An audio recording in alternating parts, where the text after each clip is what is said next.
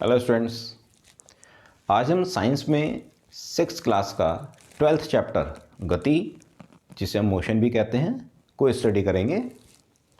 इसमें सबसे पहले आता है गति की अवधारणा।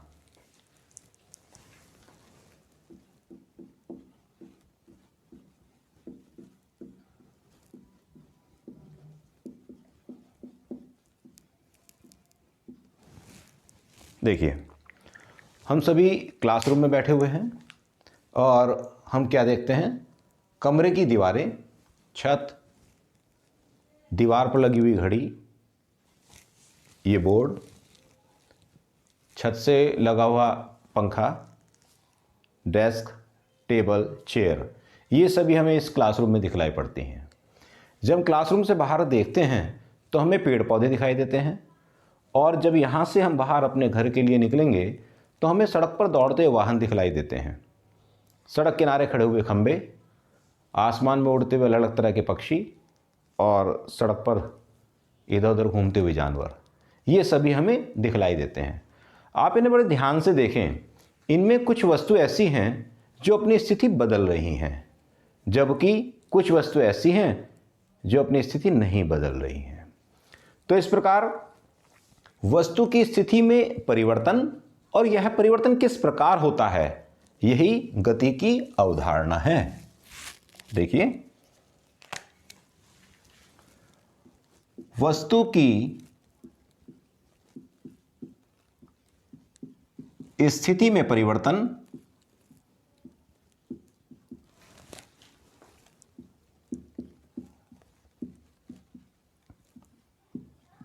तथा यह परिवर्तन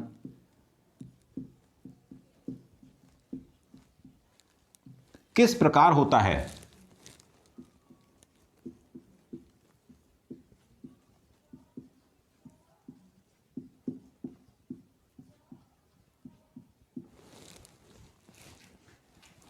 गति की अवधारणा को बताता है।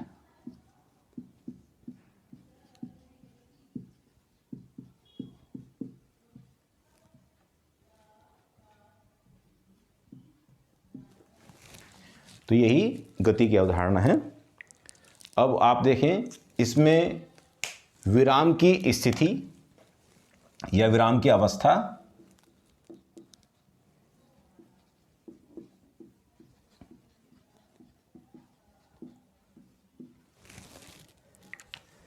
यदि समय के साथ किसी वस्तु की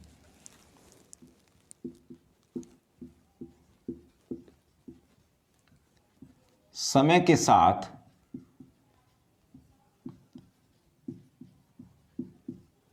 किसी वस्तु की स्थिति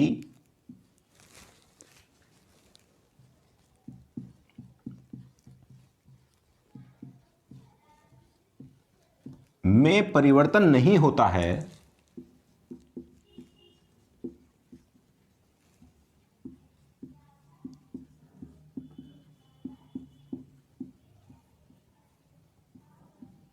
तो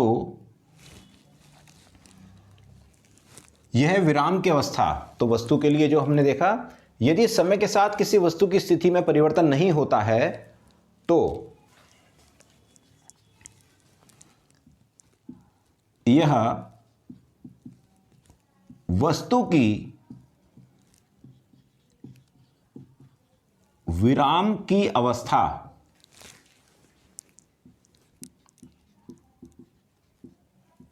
अर्थात विरामावस्था कहलाती है।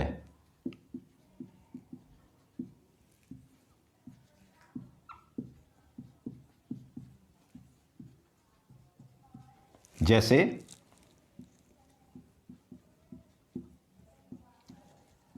कमरे की दीवारें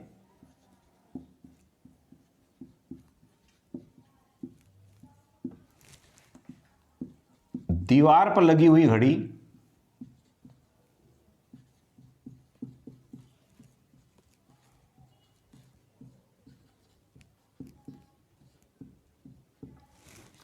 सड़क किनारे खड़े हुए खंभे,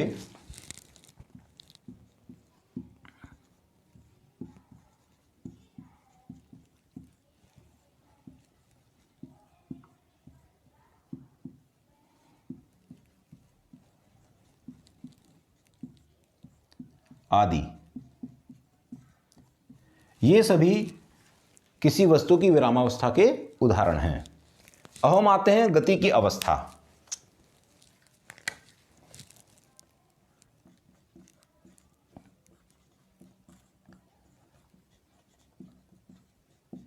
गति की अवस्था, यदि समय के साथ किसी वस्तु की स्थिति में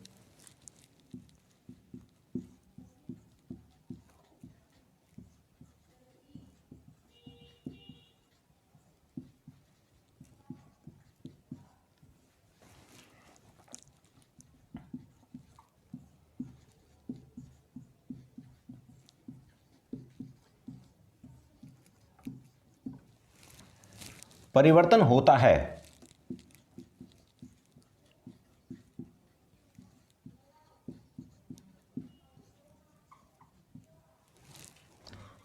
तो यह वस्तु की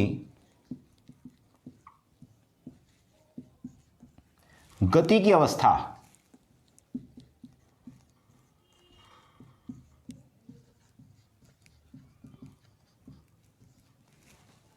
अर्थात गत्यावस्था कहलाती है।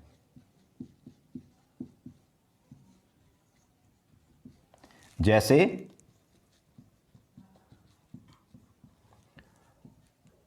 सड़क पर दौड़ते हुए वाहन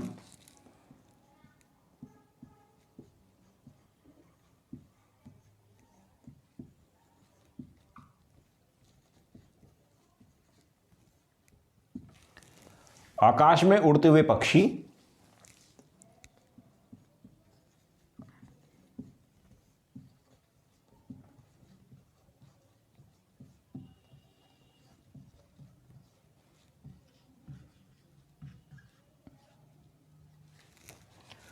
घूमता हुआ लट्टू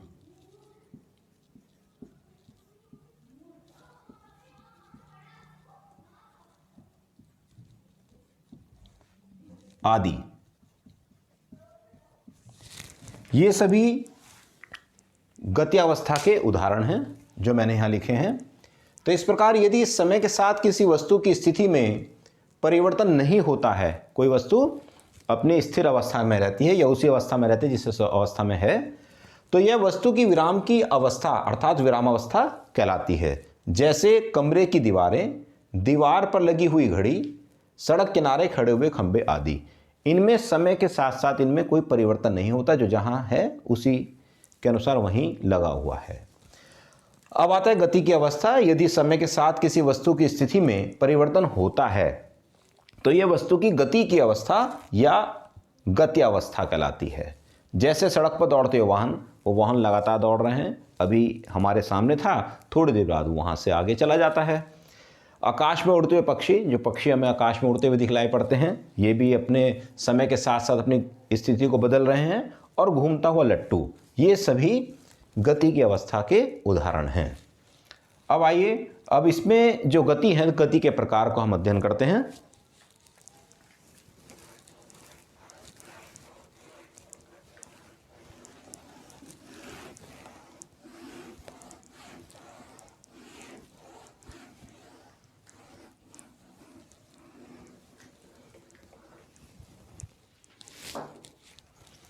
गति के प्रकार,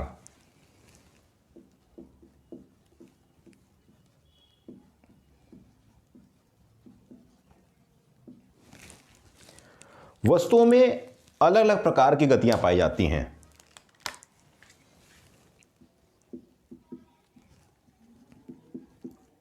वस्तुओं में अनेक प्रकार की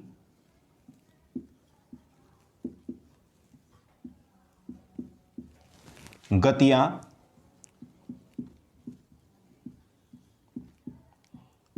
होती हैं।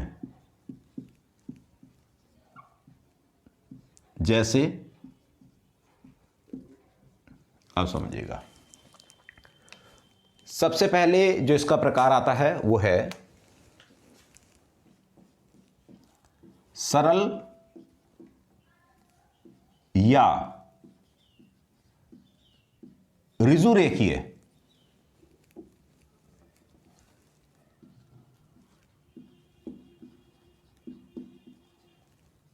गति, लीनियर मोशन कहलाता है ये। सरल या ऋजु रेखीय गति, यदि कोई वस्तु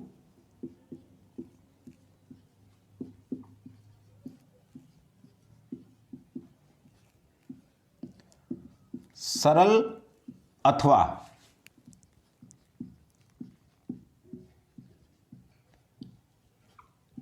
ऋजु रेखा में गति करती है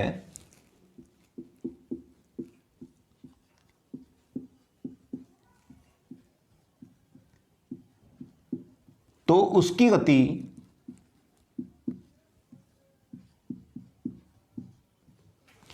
सरल या ऋजु रेखीय गति कहलाती है।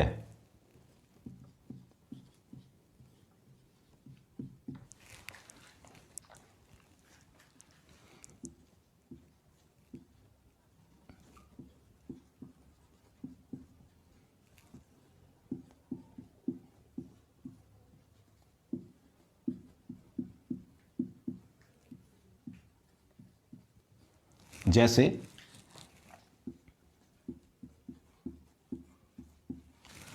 सीधी सड़क पर दौड़ते हुए वाहन, ऋजु या सरल का अर्थ होता है सीधी, इस प्रकार से जो रेखा है, इस रेखा को सरल या ऋजु रेखा कहते हैं। जैसे सीधी सड़क पर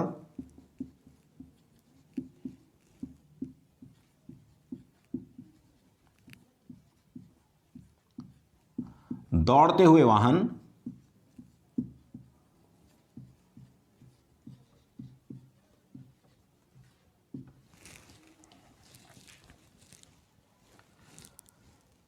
परेड में, किसी परेड में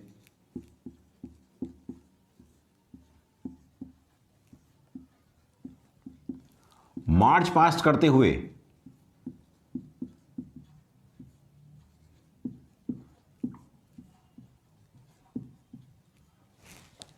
सिपाहियों की गति, सैनिकों की गति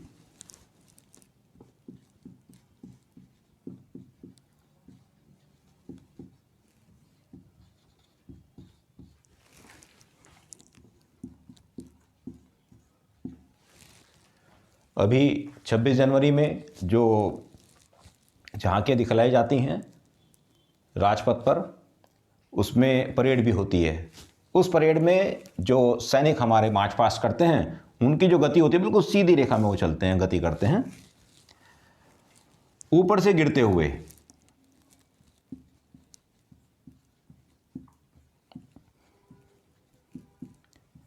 पृथ्वी की ओर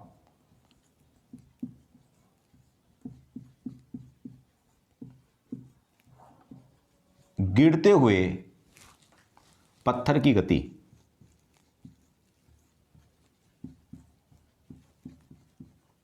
आदि, ये सभी जो गतियां हैं, ये सभी गतियां कैसी हैं? ये ऋजु रेखीय या सरल रेखीय गति कहलाती हैं। अब इसमें आता है, इसके बाद दूसरा प्रकार इसका आता है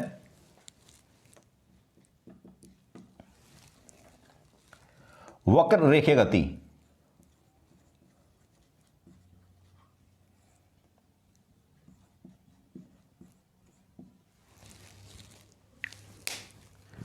यदि कोई वस्तु वक्र रेखा में गति करती है, वक्र रेखा कैसी होती है? देखिए, ये इस प्रकार से ये वक्र रेखा कहलाती है। यदि कोई वस्तु वक्र रेखा में गति करती है, यदि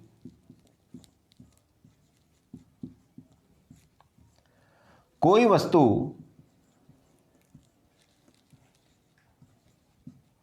वक्र रेखा में गति करती है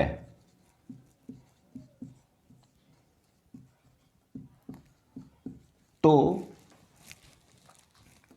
उसकी गति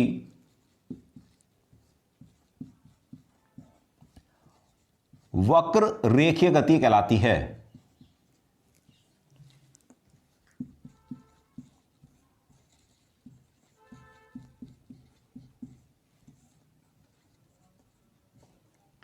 जैसे मोड़दार या घुमावदार जो सड़कें होती हैं उन सड़कों पर चलते हुए वाहन।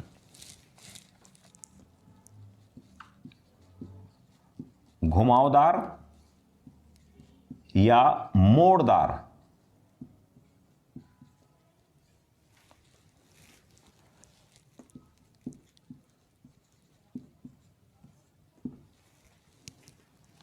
सड़कों पर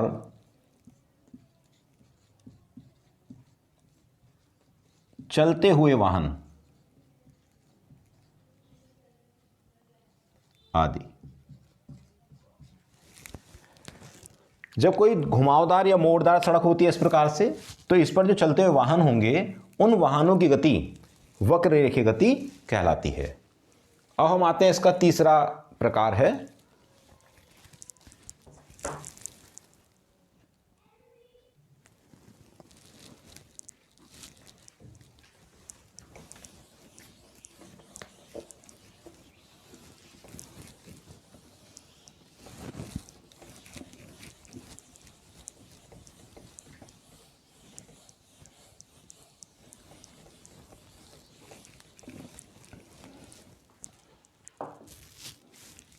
देखिए, अब इसमें आता है इसका तीसरा प्रकार गति का, अनियमित गति।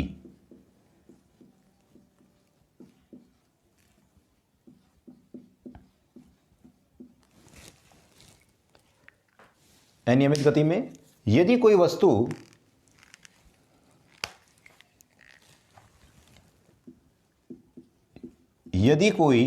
गतिशील वस्तु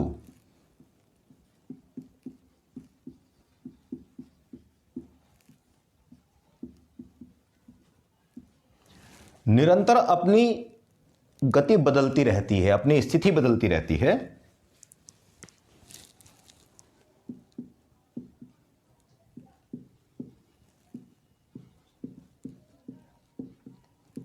निरंतर अपनी स्थिति बदलती रहती है,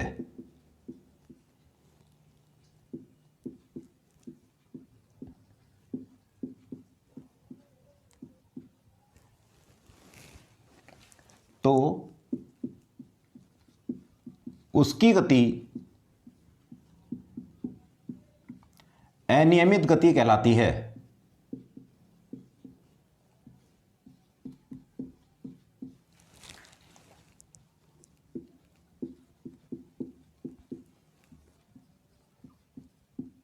जैसे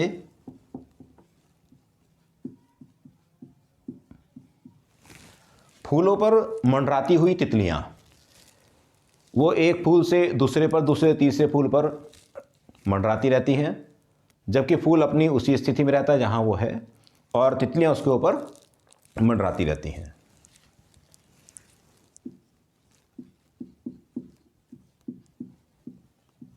फूलों पर मंडराती हुई तितलियां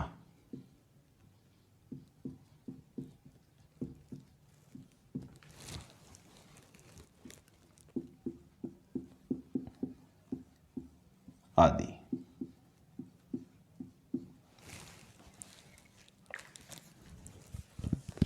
चौथा प्रकार है इसमें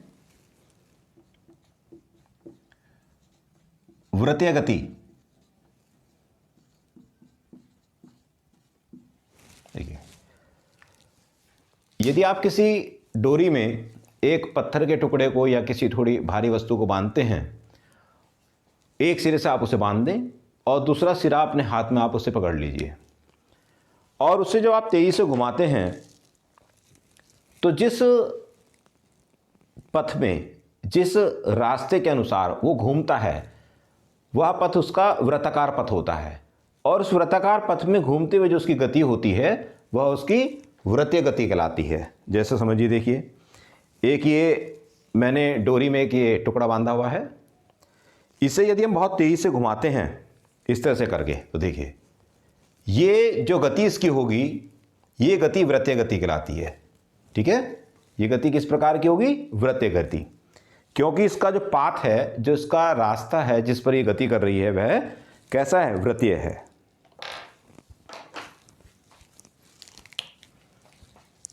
यदि कोई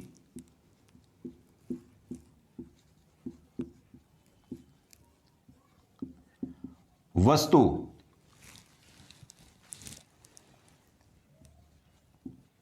वृत्ताकार मार्ग में गति करती है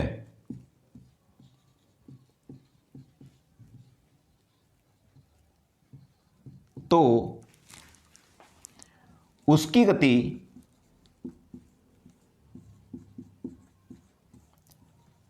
वृत्तीय गति कहलाती है।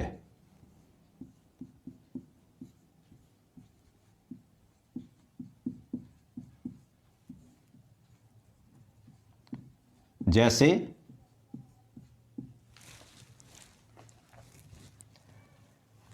डोरी के एक सिरे पर पत्थर को बांधकर दूसरे सिरे को घुमाने पर, दूसरे सिरे से आप उसे जब हाथ से घुमाते हैं, उसे घुमाने पर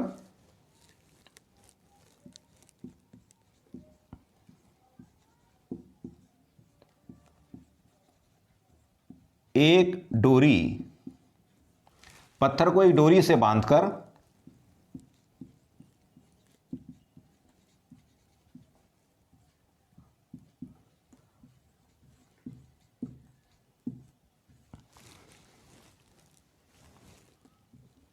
घुमाने से उत्पन्न गति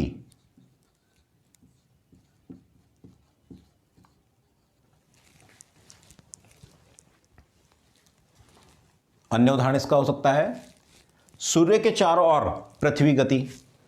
सूर्य जैसे यहां बीच में सूर्य है, पृथ्वी इसके चारों ओर गति करती है, और ये जो पाथ है, जो इसका रास्ता है, वो कैसा है? वृत्ताकार पाथ है, इसका वृत्ताकार मार्ग है। तो पृथ्वी की जो गति होगी सूर्य के चारों ओर किस प्रकार की होगी? वृत्तीय गति कहलाती है। और आप जानते हैं चंद्रमा जो होता है, चंद्रमा पृथ्वी के चारों ओर गति करता है। पृथ्वी के चारों ओर वो किस मार्ग में गति करता है? वृत्तीय मार्ग में गति करता है, इसलिए चंद्रमा की गति भी वृत्तीय गति होगी।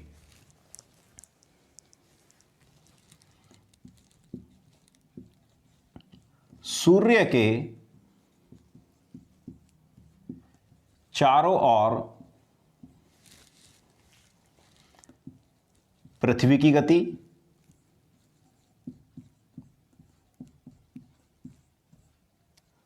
और पृथ्वी के चारों ओर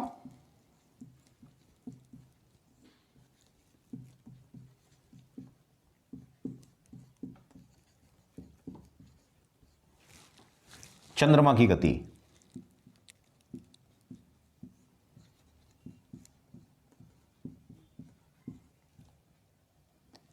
आदि। ये सभी किसके उदाहरण हैं? ये वृत्तीय गति के उदाहरण हैं। जैसे मौत का कुआं आपने देखा होगा, उसमें मौत के कुएं में चारों ओर बहुत तेजी से वाहन दौड़ते हैं, तो उनकी गति भी किस प्रकार की होती है? उनकी गति भी वृत्तीय गति होती है। आप वीडियो पॉज करके जो ये लिखा हुआ है इसे अपनी नोटबुक में लिख लीजिएगा। अब आता है इसमें गति का 5वां प्रकार, घूर्णन गति।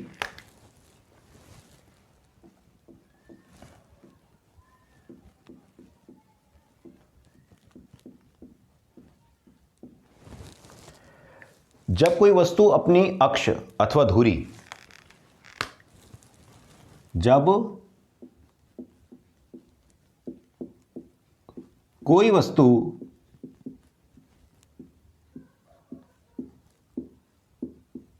अपनी धुरी अथवा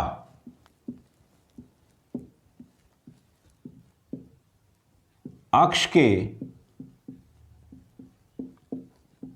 चारों ओर घूमती है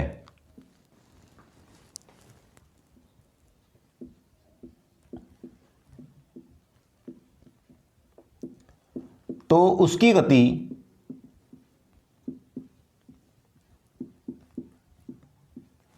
घूर्णन गति कहलाती है।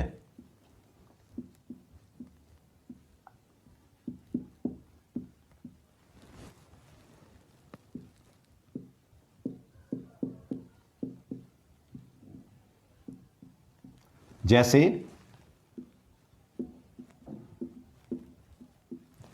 घूमते हुए लट्टू की गति,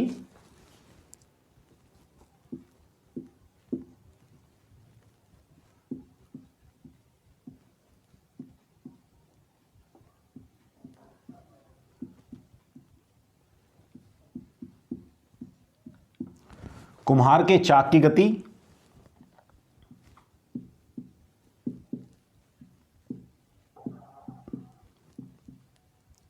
जिसे पहिया कहते हैं, कुम्हार के चाक की गति,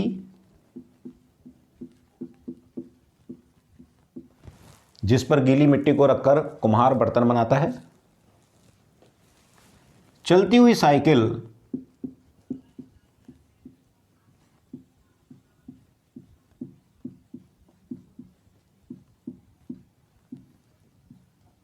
के पहिए की गति,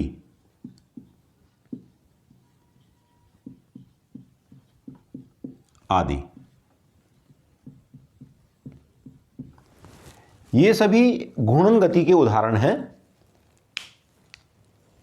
घूमते हुए लट्टू की गति, कुम्हार के चाक की गति और चलती हुई साइकिल के पहिए गति। इसमें जो चलती हुई साइकिल है उसका पहिया, आ देखिए ये पहिया है, ये इसका अक्ष है धुरी, इस पर ये टिका होता है और जब साइकिल चलती है या कहिए जब पहिया घूमता है तो साइकिल चलती है और ये इसी बिंदु के चारों ओर गति करता है। तो इस प्रकार चलती हुई साइकिल के पहिए की जो गति होगी वह घूर्णन गति कहलाती है। अब इसमें आता है छठा प्रकार इसका गति का,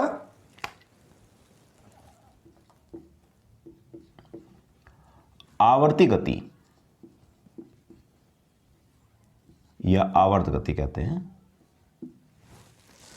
जब कोई गति करती हुई वस्तु, गतिमान वस्तु,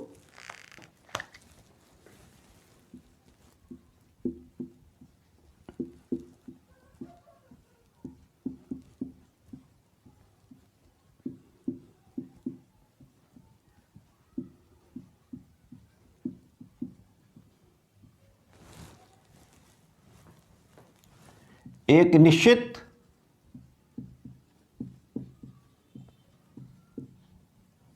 समयांतराल में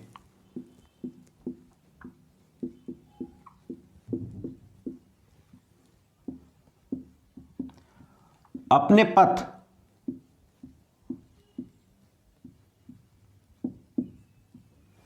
बार बार दोहराती है,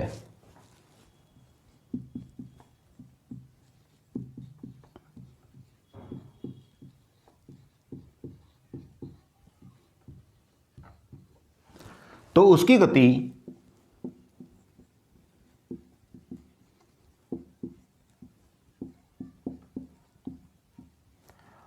आवर्ती गति कहलाती है।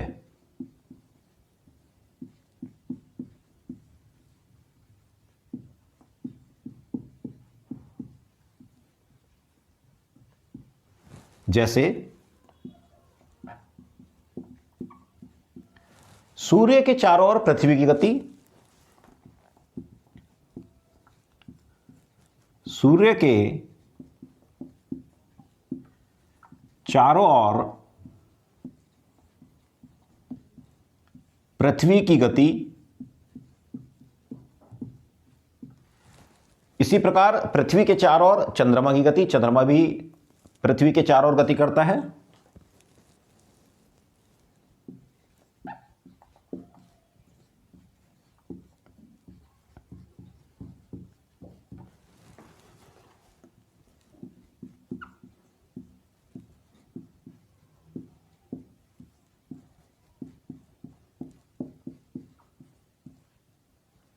घड़ी की सुइयों की गति,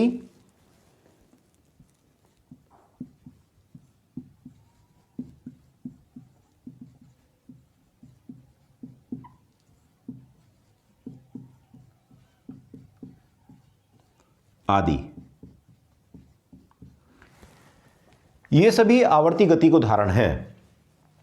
इसकी परिभाषा के अनुसार जब कोई गति करती हुई वस्तु, गतिमान वस्तु, एक निश्चित समयांतराल में अपने पथ को बार बार दोहराती है तो उसकी गति आवर्ती गति कहलाती है। इसमें उदाहरण दिया है मैंने, पहला जो उदाहरण है, सूर्य के चारों ओर पृथ्वी की गति। देखिए, पृथ्वी सूर्य के चारों ओर इस प्रकार से गति करती है और लगभग 365 दिन में ये अपना एक पूरा चक्कर लगाती है। फिर अगले 365 दिनों में पुनः ये चक्कर लगाती है। तो इस प्रकार यह बार बार अपने पथ को दोहराती रहती है और इसमें एक निश्चित समयांतराल होता है जो कि 365 दिन का होता है। तो इन्हीं दिनों में ये अपने पथ को बार बार दोहराती है। तो इस प्रकार सूर्य की चारों ओर पृथ्वी की जो गति होगी वो किस प्रकार की होगी? आवर्ती गति कहलाती है। इसी तरह से पृथ्वी के चारों ओर चंद्रमा भी गति करता है और ये लगभग 27 घंटों में इसका एक पूरा चक्कर लगा लेता है। फिर आता है इसमें घड़ी की सुइयों की गति। घड़ी की सुइयों की गति आप देखें, आप जानते हैं घड़ी में 2 प्रकार की सुइयां होती हैं,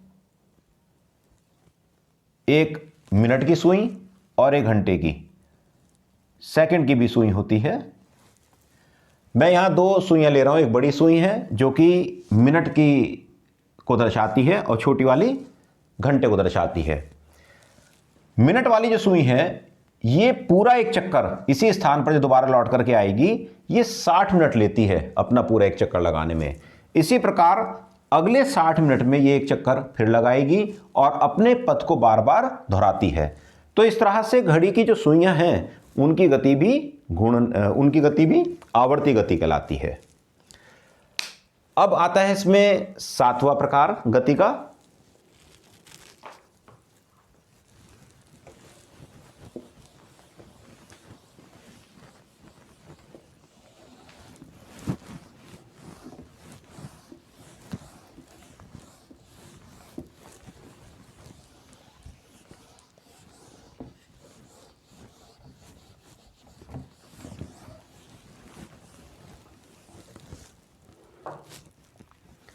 सातवां प्रकार है दोलन गति अथवा कंपन गति।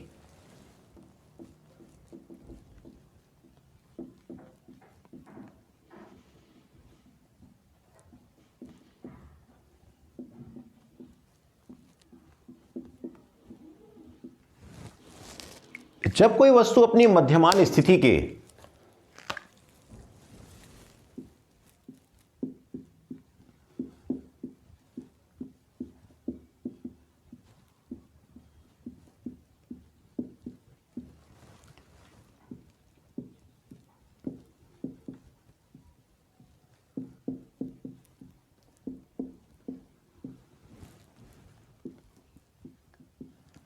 दोनों ओर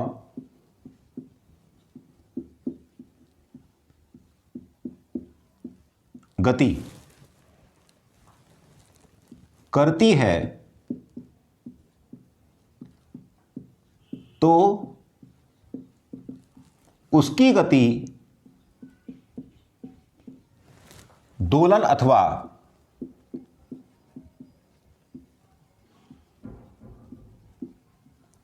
कंपन गति कहलाती है।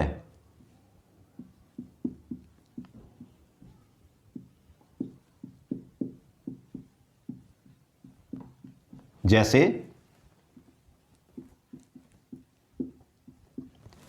झूले में झूलते हुए बच्चे की गति,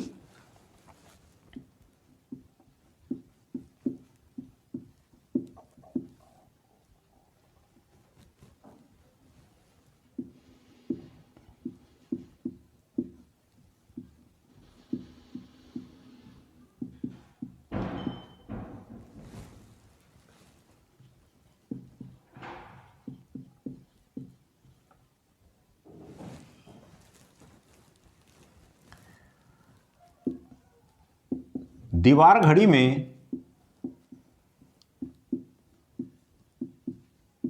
पेंडुलम की गति,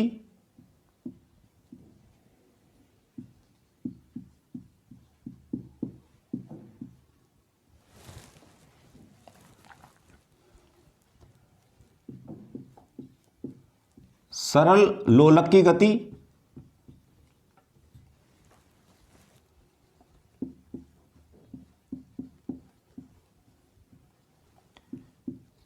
चिमटे के खुले सिरों को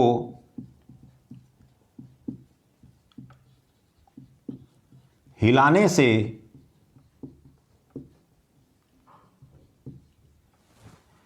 उत्पन्न गति आदि, ये सभी दोलन अथवा कंपन गति के उदाहरण हैं। देखिए, इसमें ध्यान देने वाली बात है कि जब कोई वस्तु अपनी मध्यमान स्थिति के इधर उधर दोनों ओर वो गति करती है तो उसकी गति क्या कहलाती है? दोलन अथवा कंपन गति कहलाती है।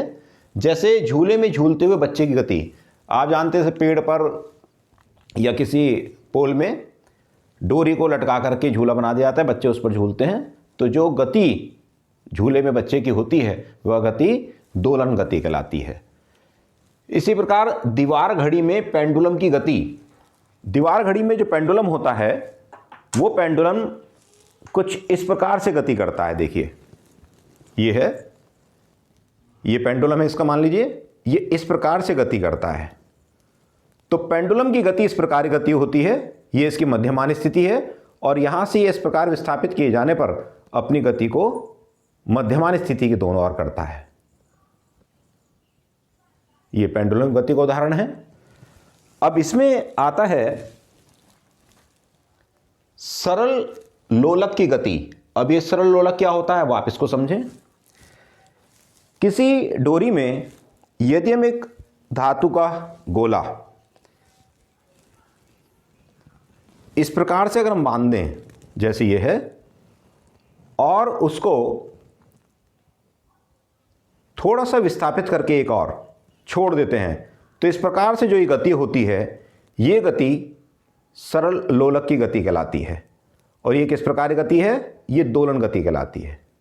इसे समझिए, मैंने एक डोरी में इस लोहे के गोले को लटका दिया है बांध करके, तो इस प्रकार ये पूरा सिस्टम सरल लोलक कहलाता है। इसे हम सिंपल पेंडुलम कहते हैं। ये इसकी मध्यमान स्थिति है। मध्यमान स्थिति से हमने एक और इसको थोड़ा विस्थापित किया और फिर देखिए फिर इसको हमने छोड़ दिया तो अब इसमें गति उत्पन्न हो गई। ये जो गति है ये गति कहलाती है दोलन गति।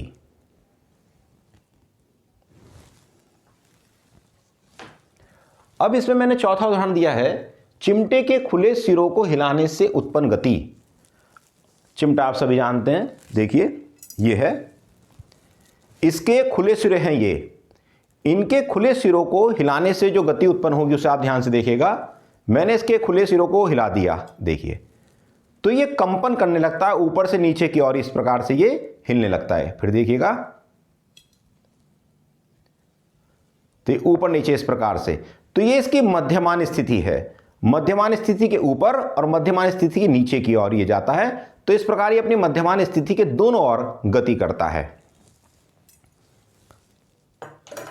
तो चिमटे के खुले सिरों को हिलाने से उत्पन्न जो गति होगी वो किस प्रकार की होगी?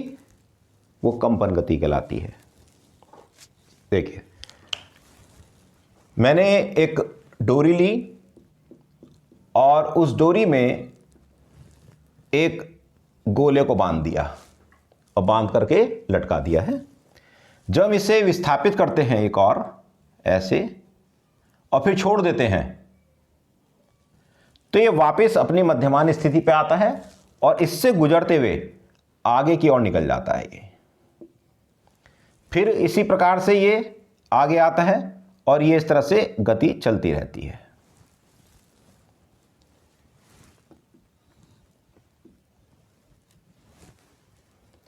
ये इसकी मध्यमान स्थिति है।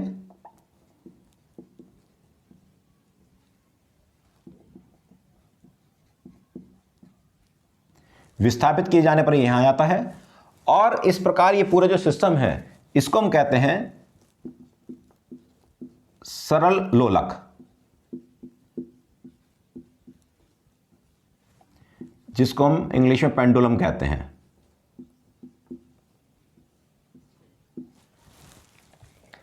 इस प्रकार जो गति के प्रकार हैं 7, वो मैंने आपको 7 प्रकार बता दिए हैं। आपकी क्लास 6 के अकॉर्डिंग जो प्रकार हैं उनको हमने डिस्कस कर लिया है। देखिए, एक ही वस्तु में एक से अधिक प्रकार की गतियां भी हो सकती हैं। जैसे फर्श पर लुढ़कती हुई कोई गेंद है, आपने किसी बॉल को फर्श पर लुढ़का दिया, तो जब वह बॉल फर्श पर लुढ़कती है तो घूमते हुए उसके अंदर होती है घूर्णन गति, और जब वो घूमते घूमते आगे की ओर बढ़ती है फर्श पर तो उसमें सरल रेखीय गति होती है। तो इस प्रकार से एक लुढ़कती हुई गेंद में दोनों प्रकार की गतियाँ पाई जाती हैं, सरल रेखीय गति और घूर्णन गति।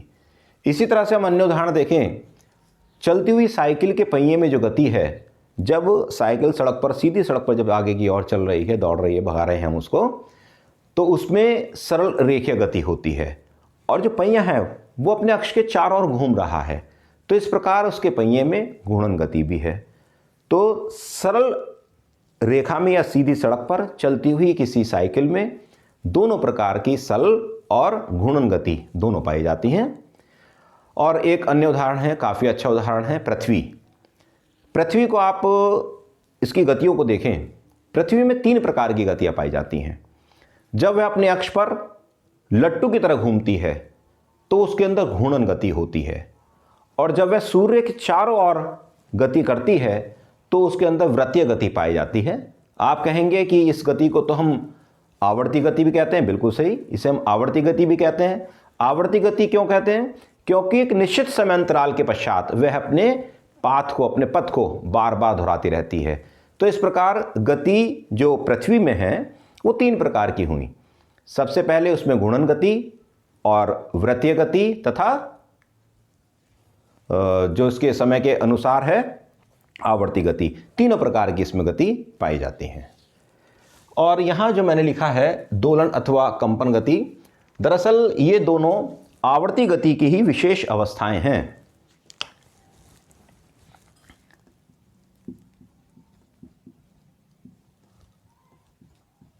दोलन अथवा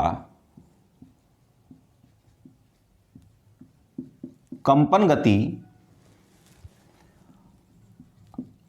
आवर्ती गति के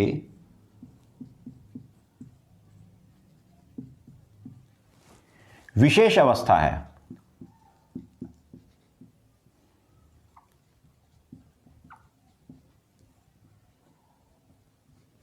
अब देखिए, इसमें भी अपने पाथ को बार बार दोहराया जाता है, चाहे दोलन गति है या कंपन गति है, लेकिन इसमें एक अंतर है। आवर्ती गति में निश्चित समय अंतराल के पश्चात वह अपने पथ को दोहराती है, लेकिन दोलन और कंपन गति में क्या होता है, वह अपनी मध्यमान स्थिति के दोनों ओर अपने पाथ को दोहराती है। मध्यमान स्थिति का इसमें होना आवश्यक है, जबकि आवर्ती गति में मध्यमान स्थिति नहीं होती। तो इस प्रकार ये इसमें अंतर हुआ, और हमने जो इसमें गति के प्रकार हैं उनको हमने स्टडी कर लिया है। और अब हम सेकंड पार्ट में गति, विस्थापन, दूरी और विस्थापन, चाल और वेग, समय और दूरी का जो ग्राफ है उसको हम स्टडी करेंगे। सेकंड पार्ट में ये सभी डिस्कस किए जाएंगे। Okay, thank you.